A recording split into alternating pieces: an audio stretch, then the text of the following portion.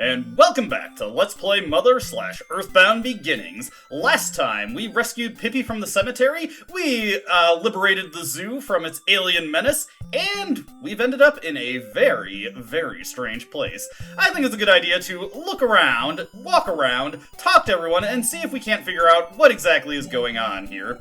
As you may remember, this person told us about the benevolent old man. What exactly does the benevolent old man do for us, and what is a soulful cry? We'll find out in due time. Last time I ignored this guy, but we're going to talk to him now. Would you like me to give you the big bag? What is in the big bag? Can I borrow your cash card for a while? Okay, thank you. Sure, I'll return it to you. I thought that it looked pretty cool. Hey, wait a second. You took my cash card, but you didn't give me the big bag. Get back here. Give me the big bag and my cash card. Oh, that's right. I have to return your cash card. I give you the big bag. A gift for you. Yes, we now have the big bag. We gave this man our debit card, and in return, he gave us a mysterious large bag filled with magical herbs.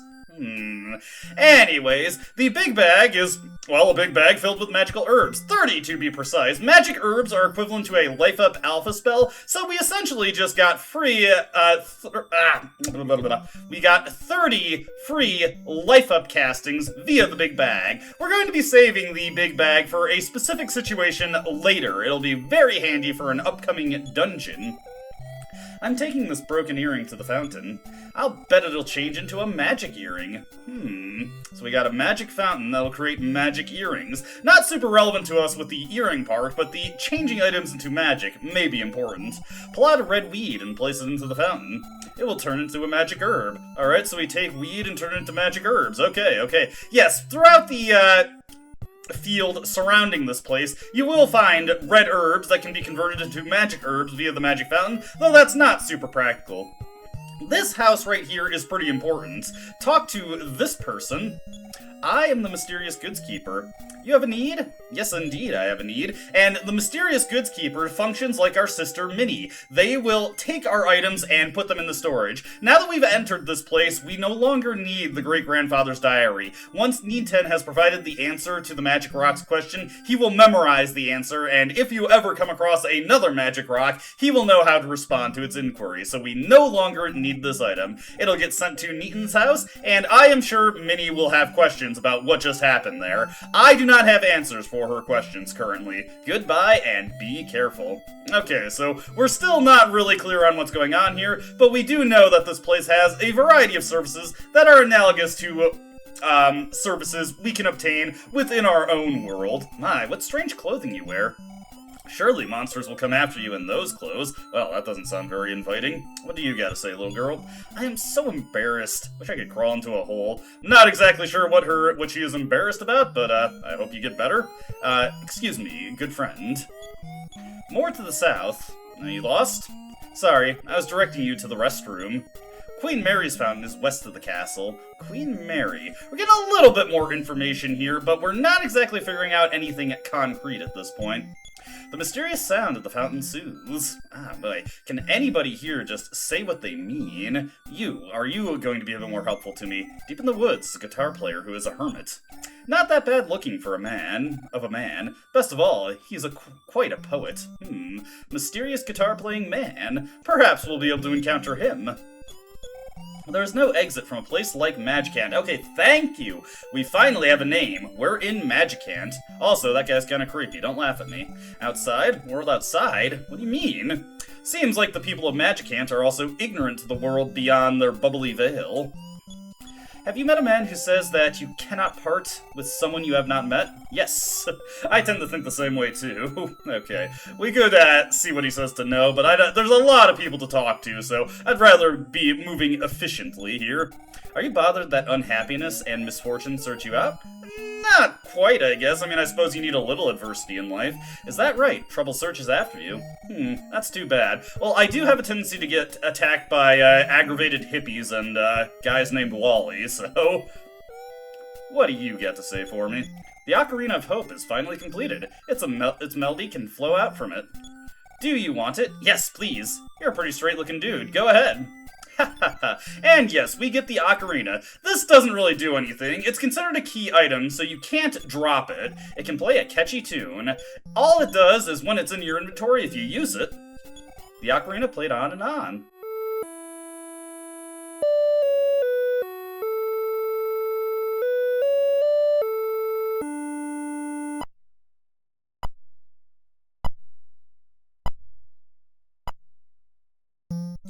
Did you hear it? The ocarina will play your currently learned melodies. Obviously, we only have 3 so far, and it's going to be a while before we get a new one, so it's a bit incomplete in what it can do for us. Stranger, I can tell you're not from this place. Indeed. Although I notice you have a pretty similar color palette to me. Have you ever met the man who practices philosophy? I have not. In the first place, if we have not met, we cannot part. Okay, gee, I guess we know who we figure out who that previous guy was talking about. I bent my spoon, and it's hard to use like this. Do you think somehow you could fix it for me? Psychic powers, friend. Please fix it right away. Nifty fixed the spoon with PSI power. Thanks a million, munch munch. Hey, would you like to spend the night here? Sure, I guess. That's good. Well, in appreciation for fixing their spoon, this person gives us a free stay. Please come again. Promise me you'll come again. That is actually not that important, though, because there are a couple of other buildings that give us similar services in Magicant. Now, the ocarina mostly just takes up space in our inventory, and we're actually going to be pretty light on inventory space coming up soon, so I am going to want to store it to make sure I don't have to deal with it taking up space here. I'm debating if I want to keep that life up cream, because I don't actually plan to use that life up cream. I would like to sell it for a little bit of extra cash in the future. Ah, here we go. I actually loaded in from a save state to start this video off. When you've been playing for a prolonged period without resetting or turning off the game, Nifty spontaneously manifests a cell phone. This is your dad. Now, son, it's not my business, but why not rest? No, Dad, we're gonna continue. I see. I know the Earth faces a crisis. Good luck. And like that, our cell phone just spontaneously vanishes. Pretty funny. Just, Dad hankering us to take a little break. I've taken plenty. This was to be a musical instrument store, but the ocarina that we ordered never arrived, so I've given up. I don't believe you can actually present the ocarina to that person, but I'll try again when we've learned most of the melodies, I suppose. This over here is the Magicant doctor. I see, you don't feel so well. Wait. Well, you are fine once again, and it's not obvious because we already been fully healed up, but the Magicant Doctor will restore your HP, your psychic powers, and cure any ailments that you are suffering from. Very useful service. Since we only have Nifty, they don't even bother to ask who we want treated, they just go ahead and do it for us. Over, directly adjacent to them, to the right. Oh, Traveler, why don't you enjoy a meal at our house? Well, today's special, can you guess what it is? I have a feeling. Yes, it's pizza. I knew you liked pizza. Do you want some? Not right now. We're already full up. Is that so? The person serving your favorite meal serves as another free inn, but it's right next to the doctor who also heals you to free, and honestly, even when you have party members to select from, the doctor is kind of a little bit faster than using the pizza person. Some of the mechanics in Magicant are not particularly in balance with each other, funnily enough, but that's neither here nor there. The next most important place to check out are these 3 buildings right here. These are stores, and they sell some pretty good items. This guy right over here, let's just talk to him real quick, if I can line up properly. What are you staring at? Here in Magicant, it's just like the world outside. Just leave me some cash, then with the goods you can dash. This guy, in addition to a magic herb, sells coins. These are body armor, and Magicant is the only place in the game where we can actually buy the defensive equipment of the game. The coins are a little bit weaker than the next, set of armor items we can buy, but they are equipped in a separate slot. Over here, this guy, who all of these merchants have the same spiel, just leave them some cash, and with the goods you can dash. This guy is selling rings, and rings are equipped to your arm, obviously, or rather your finger, I suppose, but mechanically it's considered an arm piece of equipment. The strongest being the gold ring. The magic coin that the previous merchant sold is plus 20 defense, the gold ring is plus 28, and that's what we want to buy. It's generally not worth your money to buy the weaker variants of the rings and the coins, so I would just save up for the most powerful ring and coin you can possibly get. The defense that you get from these is incredible. Are you sure you don't need that? Well, come again. Now, the last merchant over here sells accessories, and they are pretty interesting. They do not actually give you any defensive boost. Let's just look at what the kind of accessories that he's selling. As you can see, he's selling a variety of pendants, the H2O pendant, the fire pendant, and the earth pendant. These pendants will give you protection against their opposing element. So H2O protects you against fire-based skills, the fire pendant protects you against ice-based, or I guess broadly speaking water-based skills, but you only see it manifested in ice. And the earth pendant gives you protection against thunder-based skills. The most useful of these pendants, by far, is the H2O pendant, and you will want every one of your party members rocking one of these. The reason for that is because fire skills are multi-targeting. They hit the entire party. So having everyone equipped with H2O pendants will give you a good degree of protection against them. There are also a greater variety of fire skills in the game than there are ice and thunder skills. Thunder skills and ice skills are actually quite rare, so it's not really worth carting around pendants to protect against them. You will be coming across fire pretty regularly in the game, though. Now, this final item that he sells is actually not an equipable accessory. The repel ring is actually a consumable item that will ward off encounters against weaker enemies. It's a pretty interesting little thing to pick up, and if you have an excess of cash, you can buy those to make your exploration a little bit more tolerable. Now, we have to go into the world outside, and immediately we get attacked. There are a variety of weird enemies to see in Magicant. Our first order of business is to actually make our way over to Queen Mary's Fountain. As you can see, the Four Eyes, like the Gators, can approach slowly to increase his attack power, but he can do it redundantly. Only the first, approach from enemies that can approach you actually does anything. But like I said, our first order of business, we got a Rab Yedit here. Our first order of business is to get over to Queen Mary's Healing Fountain. Not for its healing properties, that actually isn't too important to us, but there's a secondary function of it. Remember, Soulful Cry, Soulful Cry. Now, there are actually two variants of the Rab Yedit encounter you can get. We actually got the more desirable one, where he is dead center in the, battle screen. If you ever get an encounter with a Rab Yedit where he's offset to the left very noticeably, you will want to run from that encounter, or at least try to run, because that version will call in backup, and the backup he calls is very, very devastating to you. Over here, we've got Mom's Eyes, and as you can see, Mom's Eyes is capable of continuous attacks. She is also very fast, so be wary of that. I was actually playing a little risky there by committing to the attack, but I don't think I'd be able to stay ahead of her healing. It is possible for her to miss on the continuous attack. We want to make sure we're fully healed up here. The enemies in Magicant are a little bit dangerous, and you might think I'm a little weak for all this right now, but there is a reason why I'm not too concerned. Okay, over here we've got the Healing Fountain. I regained my strength at Queen Mary's Fountain. And what do you have to say? There are a great many holes east of town. The sound of another world can be heard from one. Okay.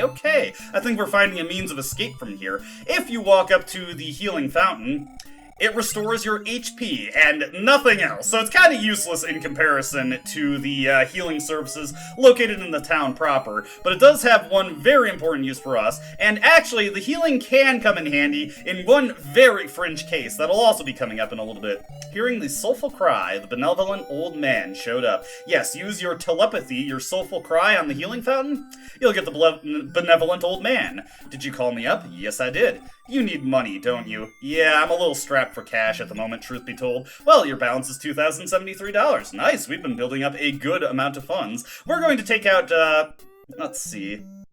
I don't really feel like doing the math in my head right now, so we're just going to take out a flat $1,500, and we're going to take that back to Magicant, and we are going to purchase a gold ring. With the 28 defense from the gold ring, we are going to be able to shrug off most damage that is thrown our way. Nice! Whenever Niten gets a smash attack and just bypasses the encounter completely, helps out immensely with speeding things up. And we've got the weakest variant of the Eyes type enemies, the Watcher. The Watcher does not deal very much damage, and he doesn't have any special mechanics like the other Eyes varieties of enemies. There are two other Eye type enemies we have not yet encountered. One of them is very easy to deal with and has a pretty fun, unique mechanic. The other can potentially be pretty dangerous right now. Let's see. We want to go into the middle shop, and we want to get a gold ring. Yes, yes. Just make with the cash and the goods you can dash. Unfortunately, the text from NPCs in this game is always quite slow, so if you're just reading repeated text, there's not really much you can do but just mash the button and hope you get through it as quick as possible. Anyways, let's take a quick look at our defense here. As you can see, 29. If we slap on the gold ring, though, get a huge 57 defense. That is more than adequate to protect us against the variety of enemies that we will come across here. And remember, I went over this previously, but you'll want to have all your money coming in here if you're playing the Famicom version of Mother. We'll discuss why in a bit, but right now, just know that if you didn't have your money coming into here, you wouldn't be able to get a gold ring like I just did. Of course I'm a non-singing monkey. Normal monkeys don't sing. So, any questions? Yes. Anyhow, questions are so ridiculous. Rude. Doesn't sing and is antisocial. Hey, kinda isolated out here. You okay? Someone told me about a man that everyone forgot about, but I don't remember who. A forgotten man, huh? What are you? Yes, I am the cat who swims on the ground. Guess what is in my hand? Well, why guess when I can just cheat? Do you know what I have in my hand? That is right, a ribbon. This is a magic ribbon will give strength. I only give this to girls. I could wear the ribbon too. Over this way. Hey, it's a guitar guy. Hello, I didn't hear you come in.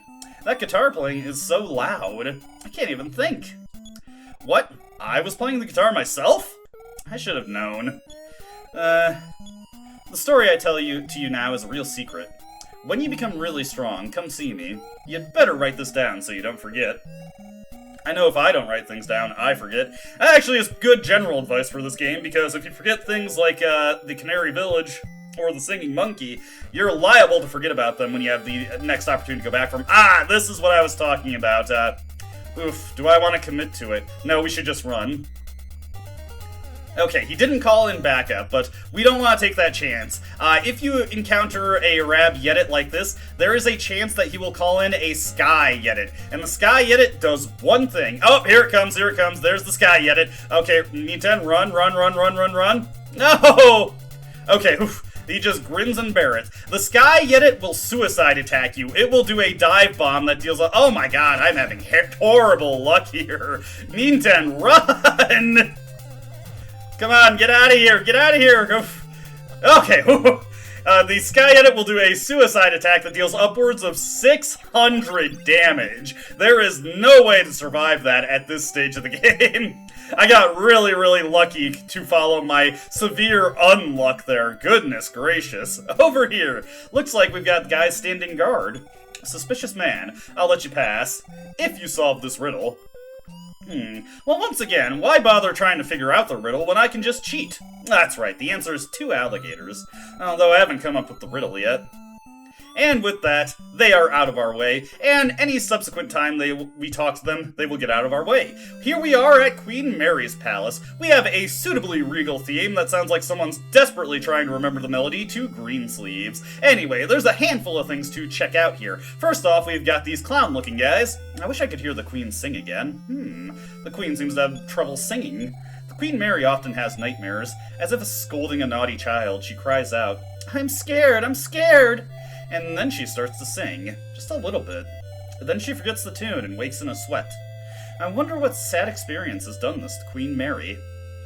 Now, beyond Queen Mary herself, there are a variety of rooms that contain presents inside the castle. Most of them contain useless items like antidotes and semi-useful items like life-up creams. Some interesting things you can find are a flash dart, which attempts to blind enemies, not very useful, a bullhorn, which has a 50-50 shot of either lowering the enemy's fight stat, which is not a useful debuff, or raising their offense by doubling it, which is detrimental. The main present we want to open, and the only present I'm going to bother with opening, is right here. This one contains a fight capsule. Note that when you open this present, all of the presents in this room open themselves, but the fight capsule is by far the most useful one, so we'll take that. The fight capsule, when you use it, will permanently increase your fight by either 4 or 5. We got lucky and got the 5 increase. There is actually a slight mistranslation here, and the game misidentifies the boosted stat as energy. I'm not really sure why that mistake was made, because the stat is literally called fight in the Japanese version also. But yes, as you can see, our fight has gone up just a little bit. But you'll also notice that our offense is not any different from how it was previously. This is what I was talking about when I said that your base offense is derived from your base fight stat. So not only do debuffs or buffs to the fight stat in battle completely unaffect your offense stat, but permanent boosts to your fight stat, like the fight capsules, also do not reflect into your offense stat. Not sure if that's a bug or a feature, but it's slightly annoying anyway. But hey, Ninten already has a pretty good amount of fight, giving him ample chance to use smash attacks, so what's a little more to him, right? Alright, over here. The queen isn't feeling very well. Well, we already heard that one. We'll talk to this jester over here. All of us know you don't belong here, but we consider you one of us. With the Onyx Hook, you can warp back here anytime. Promise me that if you need help, you will return. Everyone loves you, Ninten. Oh, you're laying it on a little thick there, but I appreciate it. Where could we find an Onyx Hook, though? Welcome, Ninten. Here in Magicant, everyone is your friend. You can have as much as you like, of whatever you want. What? You want to listen to my song? Sorry, I don't know why, but I just can't sing. I beg you to learn the melody. It is only 8 notes long. When you learn them all, return and sing for me. If only I could hear that song. Alright, so that is the purpose of collecting the melodies. We need to return to Queen Mary in order to sing the song for her. What exactly will that do for us? Well, I don't know, but it would probably make the queen feel better. Nothing else that I care to do in the castle here, so we can move on. See you later. Now, with all that taken care of, we can prepare to make our great escape from Magicant. First order of business, though, is to see the one last side thing that we can accomplish here. Behind Queen Mary's palace, we can find a lone home, and in here are the Jolly Flying Men. I am the Flying Man. My destiny is to help you. If you're struggling a little bit against the enemies out in Magicant, the Flying Men are duty-bound to help you out. You can only have one with you at a time. If you try to chat up another one, I cannot wait to serve you. They will just reject you. The Flying Man is a temporary party member that you cannot interact with directly in battle. He will just go and do his own attacks, and he will also soak up any incoming attacks for you. There is one caveat, though. He has a limited amount of HP that you cannot directly heal. And when that HP is expended, the Flying Man will die permanently. There are 5 Flying Men, so once all the Flying Men are dead, they can no longer help you out. There is one way to heal the Flying Man, though. If you take him to Queen Mary's magic fountain, the healing properties of that fountain will actually affect the Flying Man. So keep that in mind if you want to help out your Flying Man. Here is one of the last varieties of the Eyes-type enemies, Dad's Eyes. Dad's Eyes can fly into a rage to double his offense, much like Wally and the Hippie can, and make him slightly more dangerous, so be mindful of that. Over here, hey, I got a level up from that encounter. Anyways, over where we are currently, there are a variety of wells. These are the holes we were informed of previously. And one of these holes leads into a dungeon, specifically this one right here. We'll be in a descent now, and we have holes like the one we spotted in the cemetery. To advance to the next section, you need to go to the east one first, then go west twice, then finally east, if I could avoid walking over the hole I'm supposed to go to, finally east, and you will end up in the Crystal Cove. There is a chest with a magic herb at one of the dead ends, and all the wrong paths do just lead to dead ends, but it's not worth going back for. Inside this area, there are a couple of interesting treasures. Now, let me see. This first one that we come across is just a magic herb. I'm not even going to bother hanging on to that. I'm just going to use that immediately. And Ninten's HP is recovered by 0. How tragic. The other 2 chests that we can come across have much more interesting items in them. Hey, that looked like a dragon over there. Now, this next present right here will contain a PSI stone for us. PSI stones restore your psychic points, so let's just give that a squeeze real quick. And Ninten's PP is recovered by 12. The PSI stones can recover anywhere between 16 and 24 PSI points, and they have a random amount of uses to them. Whenever you use them, there is a chance its power will be expended. It's a relatively low chance, so you usually get quite a few uses out of them. Let's take a look at this dragon here. The dragon sleeps. Ninten's psychic power is short of waking the dragon. We need to be a certain level to wake this dragon, and this is the only specific level check in the game. In order to awake the dragon, you must be level 25. Specifically, Ninten needs to be level 25. It'll be some time before we have the power to awake this dragon, but that's the only mandatory... No! Flying Man died! Yeah, so we lost access to our Flying Man here, which is a little unfortunate, because we have a bit of a tough battle coming up, but that's okay. But yes, he is gone permanently. As I was saying, level 25 is the only mandatory level threshold that you actually need to reach, and we got another new enemy here, Ulrich. Ulrich is capable of using PSI powers, specifically Thunder Alpha, but Thunder Alpha is not that big a deal, so we're not going to be too concerned about that. I will want to, restore my health before I step onto that little hole over there, because there is a very special encounter waiting for us at this hole. Let's just use Life Up real quick, and then step onto the hole here.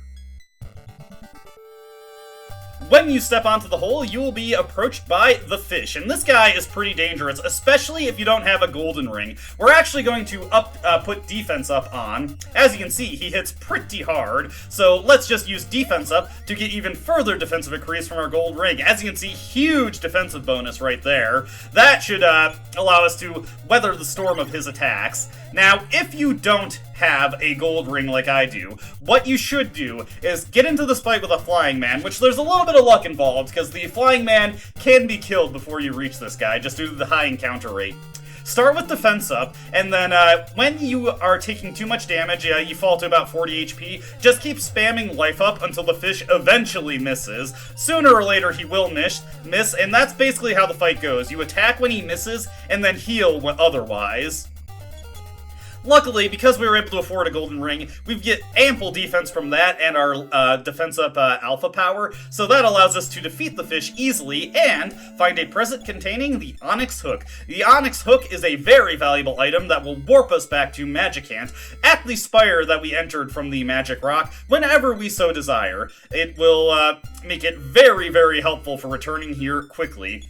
Incidentally, I didn't mention this before, but because you can get money from the benevolent old man, you can actually stow your cash card permanently at this point and always return to Magicant via the Onyx Hook to withdraw your money. That does mean you have to walk through the exit of Magicant to get out, but later in the game, that is actually not going to be as tall an ask, because we will have a way to bypass the lengthy walk out of Magicant. So keep that in mind, and honestly, you might even want to consider dropping your cash card once we gain access to a certain ability.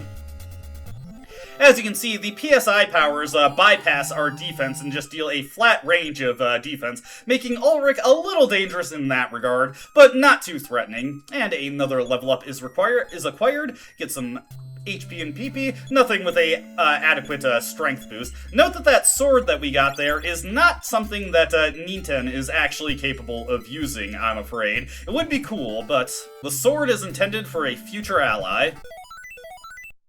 At the end of this battle, I just learned a PSI power, and let's take a quick look at what we got. We got a very, very important one. 4th D slip, the fourth dimensional slip. When Ninten uses the 4th D slip, that lets him escape from battle 100% of the time. So no more scary situations like we had with the Rab Yetit.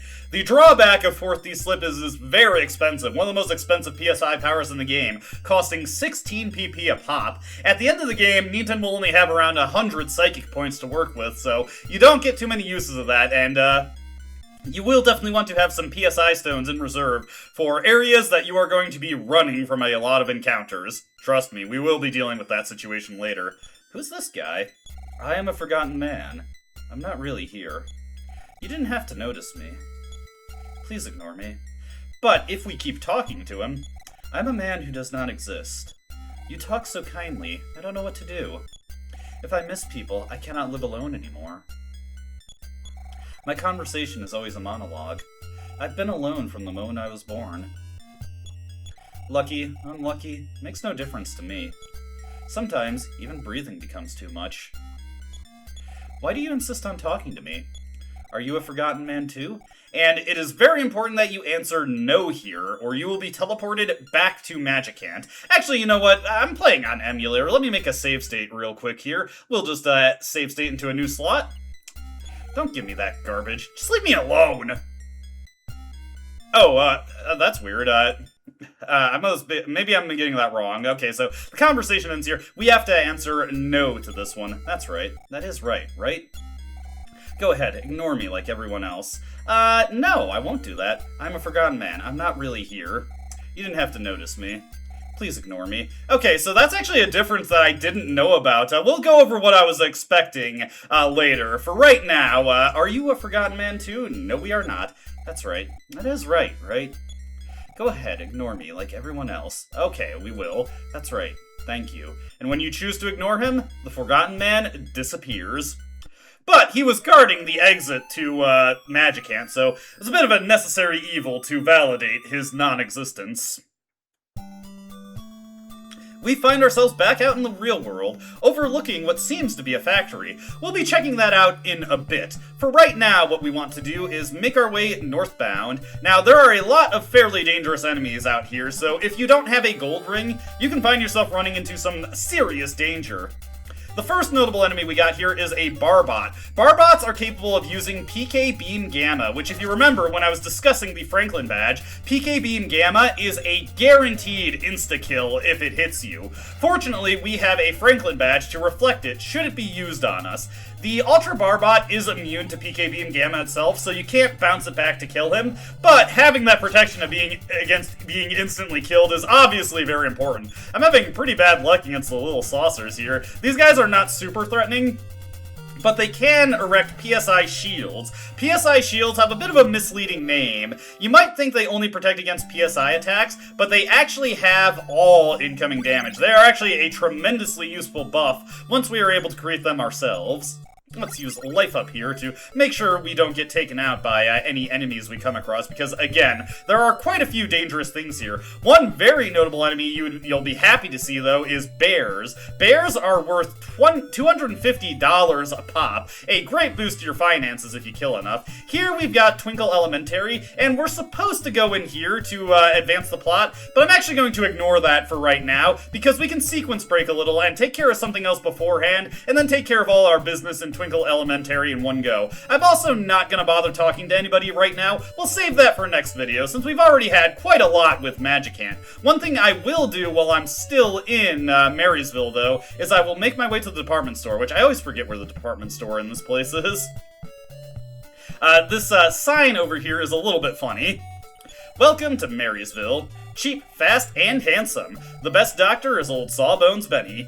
Take advantage of specially priced treatments now. Whether dead or alive, protect your life. Sawbones Benny is a pretty interesting doctor. We'll talk about him more when I'm actually exploring Marysville proper. What we're going to do right now is go to the service counter here, and we are going to return a Life Up cream for a little bit of extra cash. $97, in fact. I don't really need the healing from this at this point. It's kind of overkill, and it takes up too much space in my inventory. Next up, let's use our cash card here. And let's see how much money we have. Okay, that's good, that's good. We will just take another $1,000 because we have a weapon upgrade we can get in Marysville. So, let's go to the sports goods floor. And, welcome, what can I sell you? Here they are selling boomerangs. Boomerangs are a tremendous upgrade. So, okay, let's just drop out of here real quick. Like before with the gold ring, look at our offense, 44. If we equip the boomerang, need to equip the boomerang? It is now 64. Boomerangs have a huge amount of attack power, I believe 32. And you may have saw that aluminum bat there. That's a Nintendo exclusive weapon that, it's 32 or 33 attack power for the boomerang. The aluminum bat is only 30 attack power, and again, it's a Nintendo exclusive weapon. The boomerang can be used by anyone, and it has more attack power than that. It is one of the strongest weapons in the game, and the one that we're going to be using for all our party members when we get party members for the foreseeable future. I'm going to immediately return my wooden bat here, and now we are going to take the cash card, and for the first time we are actually going to deposit some funds. We are just going to drop all our money into the bank. We're going into some dangerous territory, and if we die, we lose half our money. Let me see here. I was just thinking I could use the phone to update my position, but with my PSI Life Up and my big bag, I have plenty of healing to get through the next area, so let's make our way over here. There are enemies besides Barbots and little saucers here, the most dangerous of which Or actually, these were the ones I was talking about. Eagles. These guys are lightning fast and hit pretty hard, so be prepared to heal after an encounter with them. If you don't have a gold ring, you are almost certainly going to get taken out by these guys. But look at how much damage we're dealing with our boomerang now. A cool 40 damage. These guys only have around 50 hit points, so after a couple level ups and some more fight points, or more points into our raw offense stat, I suppose, we'll be able to take these guys out in a single hit. But yeah, the eagles are definitely the most threatening enemy you can encounter here. There are a bunch of other things that are worth remarking on. Always be sure to heal up after an eagle encounter. Continuing down this way, our next order of business is to hit up that factory, so let's make our way in here. With the power of our boomerang, we're now able to take out the little UFOs in a single shot. Very nice. What do we got here?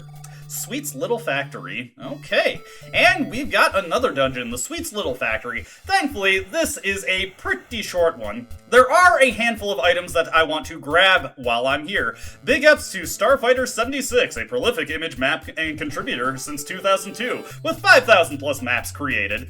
He has created pretty helpful maps of all the most confusing areas of the game that are available to look at on GameFAQs. There is one map that has a pretty amusing issue with it that I'll go over when we're actually using it, but this will allow me to quickly find all the items that I'm looking for. Two of them are consumables, one of which I will be able to use right here. The other one I will just be hanging on to, and the last item that I'm actually looking for is a little funny because it's something that I'm actually going to sell. So we want to go into this door here, and let me see. I am looking for...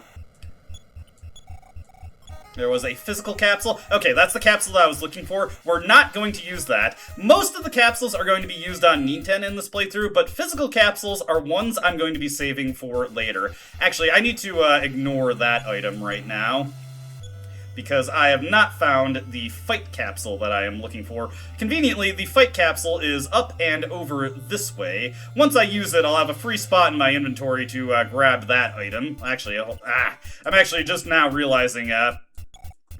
I don't have the space for it. I'll just say what my plan was. There's a butter knife over in that chest that I passed by, using another fight capsule on Ninten here. And the butter knife is a weapon for a future party member, but it's something that we could just sell for a good amount of money right now, but I'm not going to have the inventory space for it, unfortunately. I could have doubled back to the mysterious goods keeper in order to... free up some inventory space, but that would have caused a lot of time loss. Sweet's Little Factory is actually something of a warm-up dungeon for the next area that we're going to be going into.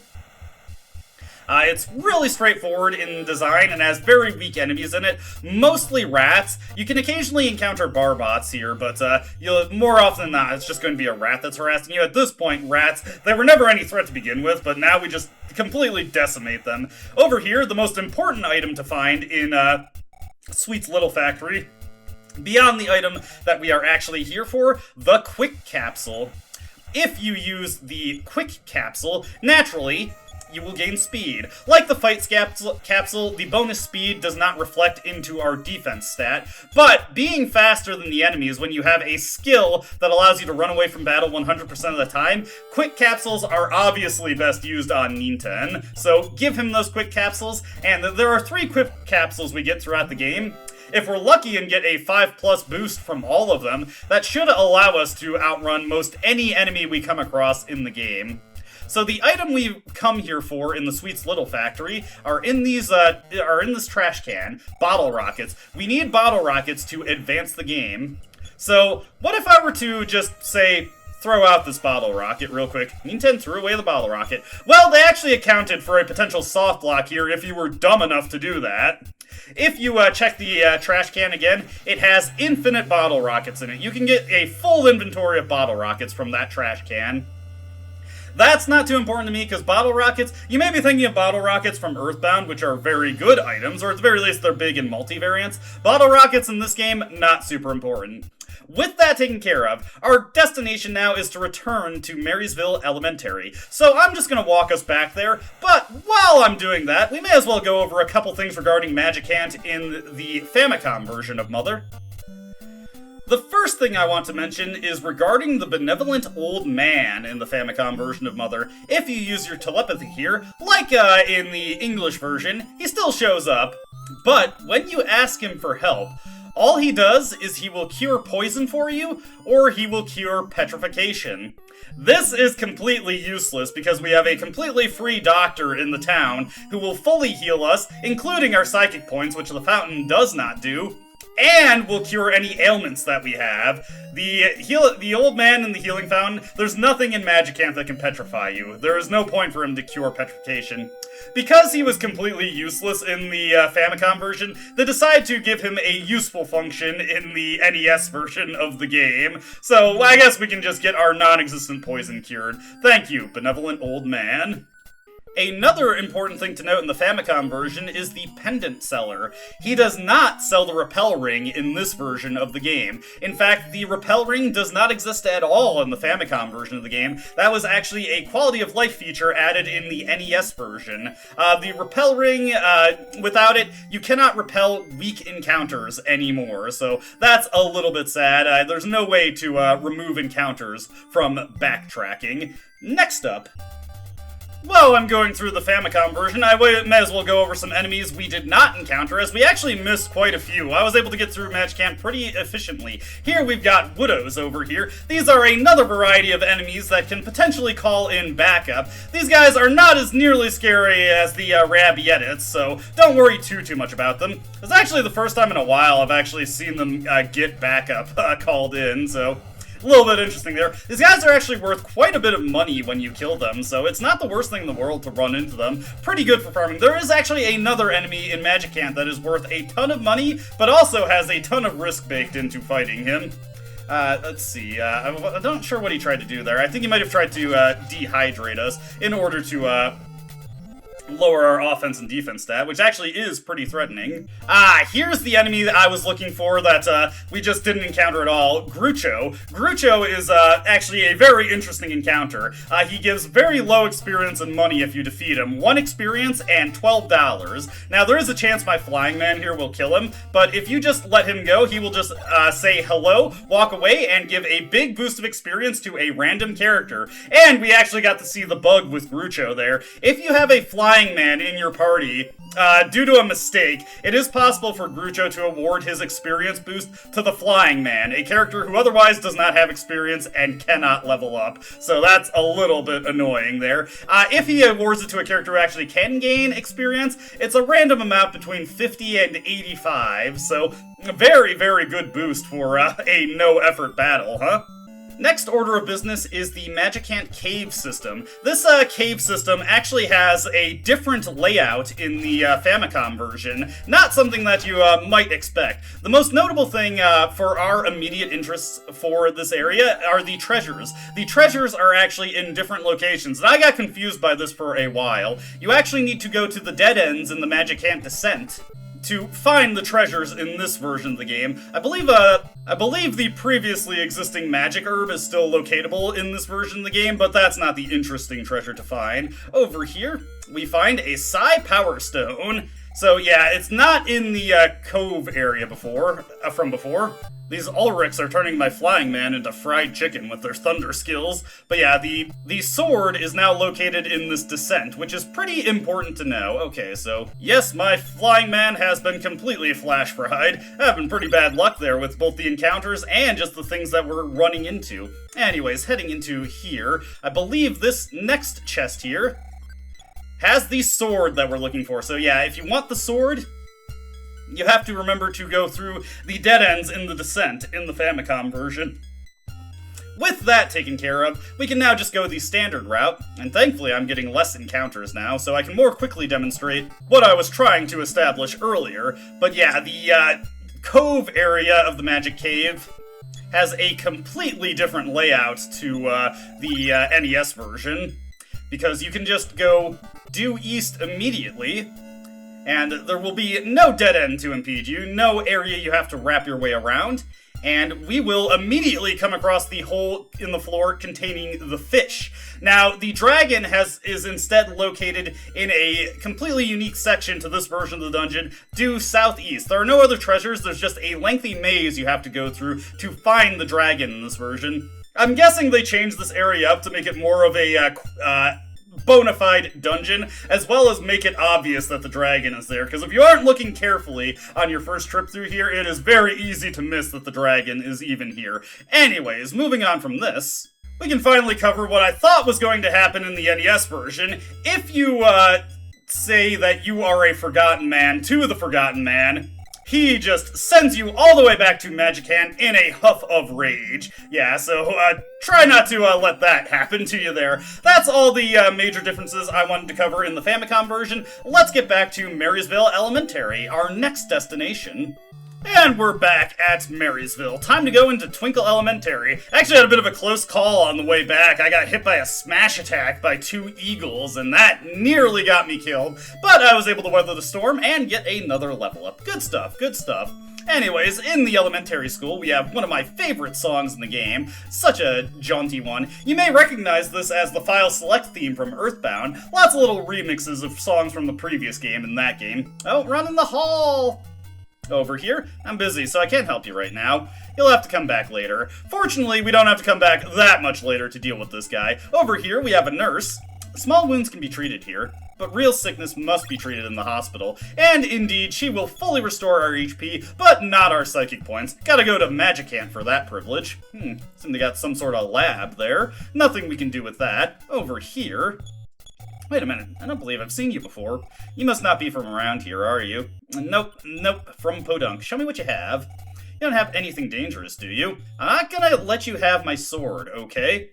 Over in here, we've got a classroom with some delightful children. Have you played Super Mario Bros. 7?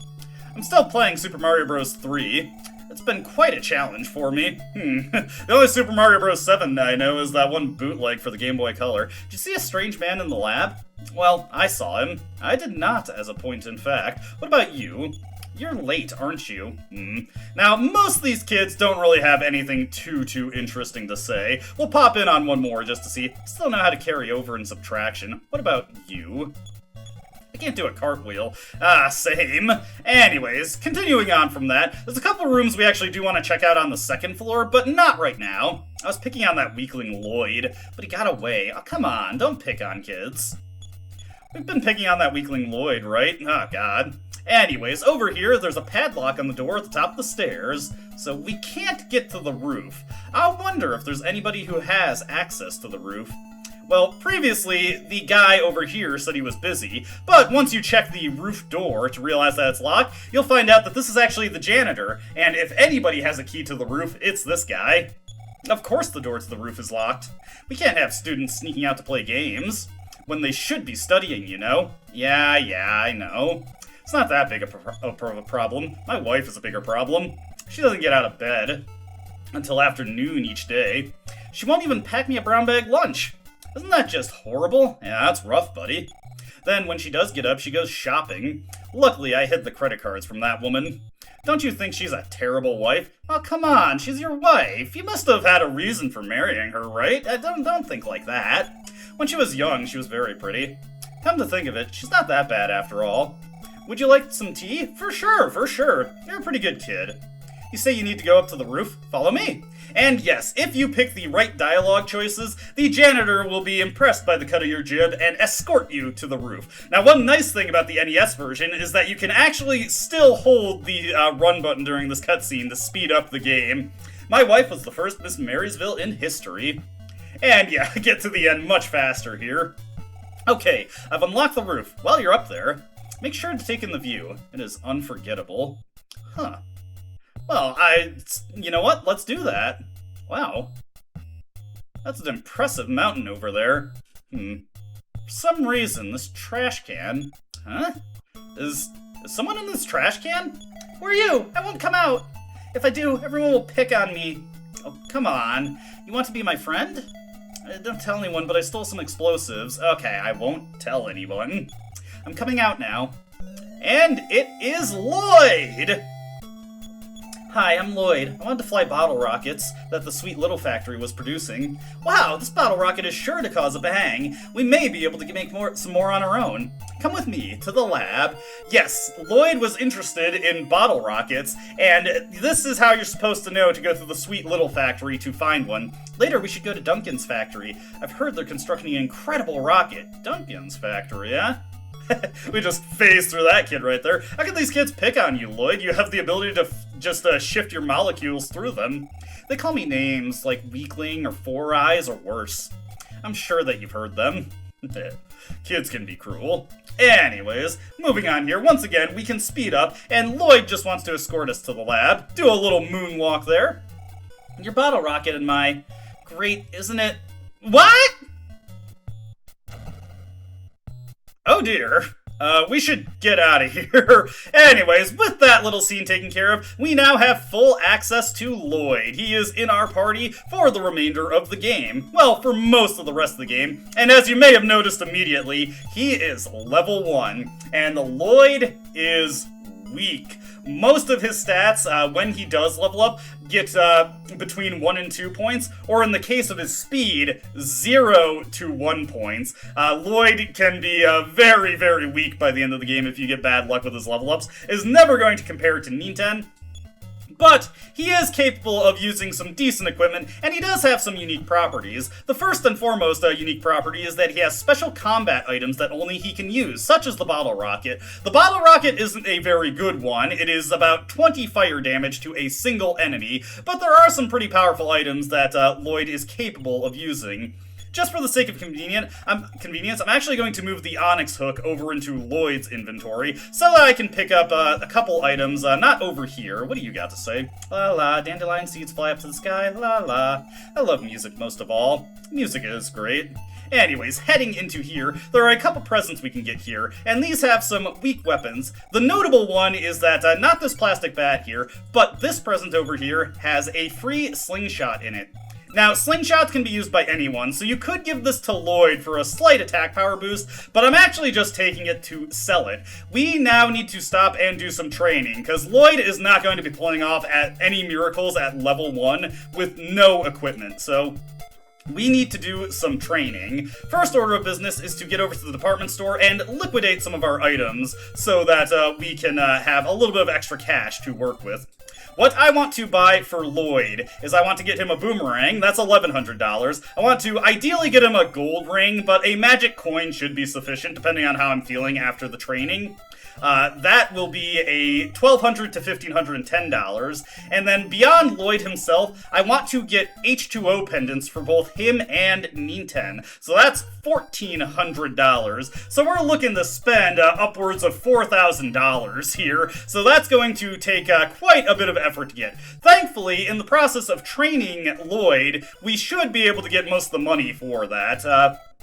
We will likely get Lloyd to level 10 to 11 in the process. Now, where is the ideal place to train? There are a few options. First, you could just train by the valley leading to the Sweets Little Factory. The enemies there give a good balance of experience and money. They give about $30 a pop for every enemy, and you can randomly run into bears who, when you defeat them, give you $250. So that's not that bad. Another option that is much riskier, but potentially much more profitable, is northeast of Marysville. You will find a train track over there, and if you train along the train tracks, you can potentially run into bag ladies who give $150, and more importantly than that, fugitives and ropes. Fugitives give about $350 when you defeat them, and the ropes are worth $80, resulting in an encounter that gives over $400.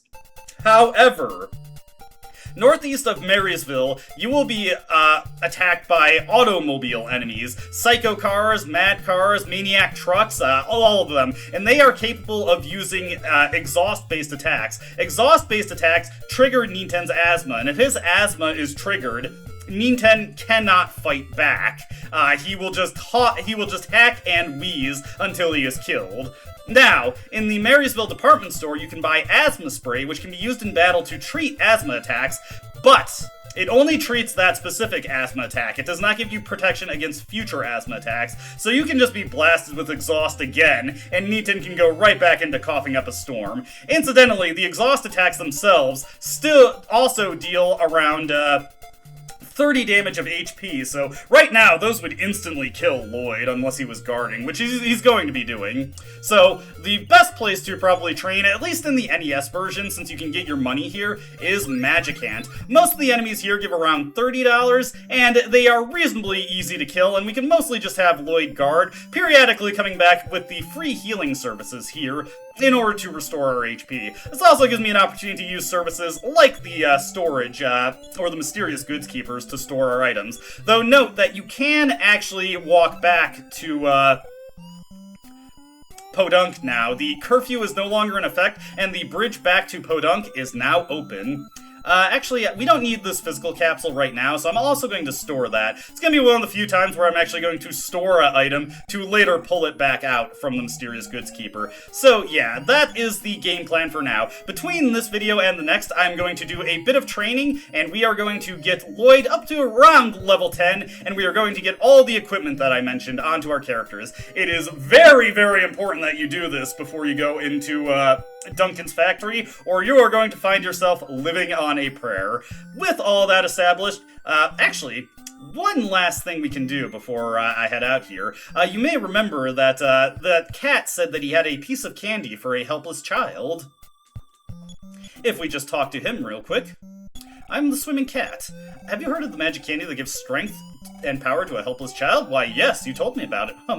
Unfortunately, he will not actually advance the conversation properly unless we say no. The boy with glasses can surely use the candy. Okay, so this one has a pretty funny description.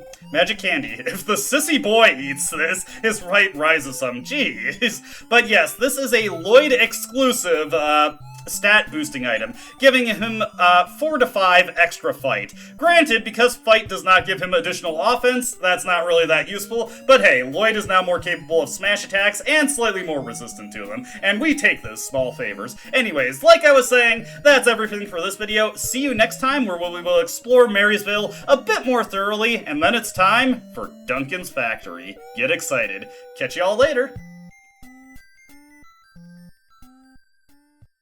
I don't dispute the doubts you've outlined, but it's my right to waste your time.